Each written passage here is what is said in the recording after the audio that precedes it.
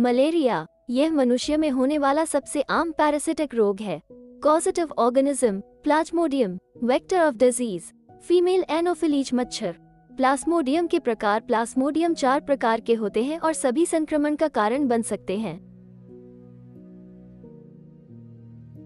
Plasmodium falciparum ये सबसे गंभीर प्रकार का मलेरिया कॉज करता है।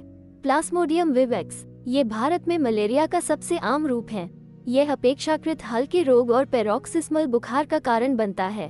अगर इलाज न किया जाए तो यह 2 से 3 महीने तक चल सकता है। प्लाज्मोडियम ओवल यह विवेक्स के समान है लेकिन कम गंभीर बीमारी का कारण बनता है। यह बिना इलाज के भी ठीक हो सकता है। प्लाज्मोडियम मलेरिया ये मुख्यतः अफ्रीका में संक्रमण करता है। पैथोजेनेसिस जब फीमेल एनोफिलीज मच्छर काटती है तब वह मानव रक्त में स्पोरोजोइड्स को इंजेक्ट कर देती है। ये स्पोरोजोइड्स लिवर तक पहुंचते हैं और मेरोजोइड्स के रूप में मल्टीप्लाई होते हैं। अधिकांश मेरोजोइड्स लिवर छोड़ देते हैं, सर्कुलेशन में प्रवेश करते हैं और आरबीसी के संक्रमण का कारण बनते हैं। विवेक्स मलेरिया में कुछ मेरोजोइड्स यकृत में रहते हैं और हिप्नोजोइड्स में परिवर्तित हो जाते हैं और एक्सोएरिथ्रोसाइटिक चक्र जारी रखते हैं। वे पुनः रक्त में प्रवेश कर सकते हैं और मलेरिया के रिलैप्स का कारण बन सकते हैं। आरबीसी में मेरोजोइड्स मल्टीप्लाई करके ट्रोफोजोइड्स में परिवर्तित हो जाते हैं और वे हीमोग्लोबिन को हीमोजोइन में बदल देते हैं। बधे हुए ट्रोफोजोइड्स के कारण आरबीसी टूट जाते हैं और ट्रोफोजोइड्स और हीमोजोइन रक्त में रिलीज हो जाते हैं। ये ट्रोफोजोइड्स नए आरबीसी को संक्रमित करते हैं और हीमोजोइन के रिलीज के कारण रोगी को बुखार आता है। फाल्सीपेरम मलेरिया में संक्रमित आरबीसी कैपिलरीज की एंडोथेलियल सेल्स से चिपक जाते हैं। इसे साइटोइड रेंज के नाम से जाना जाता है। संक्रमित आरबीसी से जुड़े सामान्य आरबीसी रोसेट फॉर्मेशन की ओर ले जाते हैं।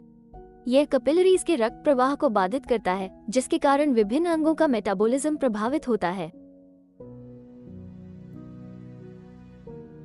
क्लिनिकल मैनिफेस्टेशंस मलेरिया के विभिन्न क्लिनिकल मैनिफेस्टेशंस निम्न कारण से होते हैं। 1. आरबीसी का डिस्ट्रक्शन और हीमोजोइन के रिलीज होने से। 2. रोसेट फॉर्मेशन से। 3. स्प्लेनोमेगाली के कारण। 4. विभिन्न अंग की क्षति के कारण। मलेरिया के विभिन्न क्लिनिकल फीचर्स हैं। सिर दर्द, बदन दर्द और बुखार के साथ जोड़ों का दर्द या सीने में दर्द और पेट दर्द आदि लक्षण होते हैं। सिर दर्द कभी कभी इतना गंभीर हो सकता है कि मेनिंजाइटिस का संदेह हो सकता है।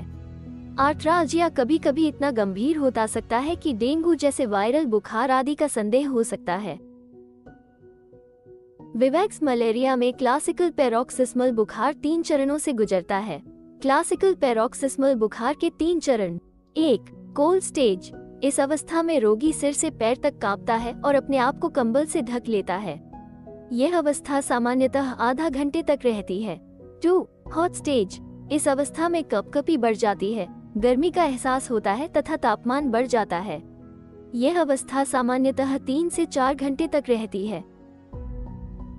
3. वेट स्टेज इस अवस्था में अत्यधिक पसीना आता है और फिर तापमान सामान्य हो जाता है। B. बच्चों में नौसिया वॉमिटिंग अधिक आम है। ग. ऑन एग्जामिनेशन मिनिमल फाइंडिंग्स मिलती है या निम्नलिखित फाइंडिंग्स प्रदर्शित होती हैं। अनीमिया, स्प्लेनोमेगाली, हेपेटोमेगाली मौजूद हो सकते हैं।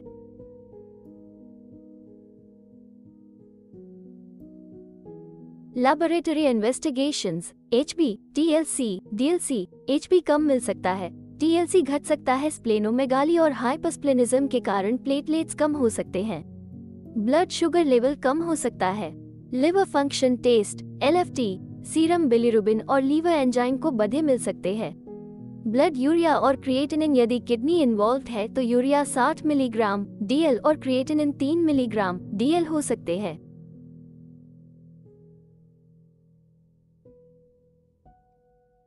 Peripheral blood smear PBS examination thick और थिन दोनों तरह की फिल्म बनाई जाती है। थिक फिल्म परजीवी को प्रदर्शित करती है। थिक फिल्म में पहचान की संभावना अधिक होती है। थिन फिल्म प्रजातियों की पहचान में मदद करती है।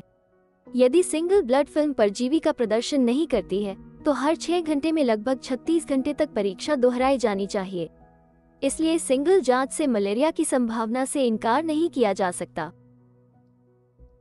मलेरिया एंटीजन के लिए रैपिड डायग्नोस्टिक टेस्ट यह परीक्षण मलेरिया रोधी एंटीबॉडी का उपयोग करके मलेरिया एंटीजन की पहचान करता है। रंग परिवर्तन से सकारात्मक परीक्षण का संकेत मिलता है और प्रजातियों की भी पहचान की जाती है।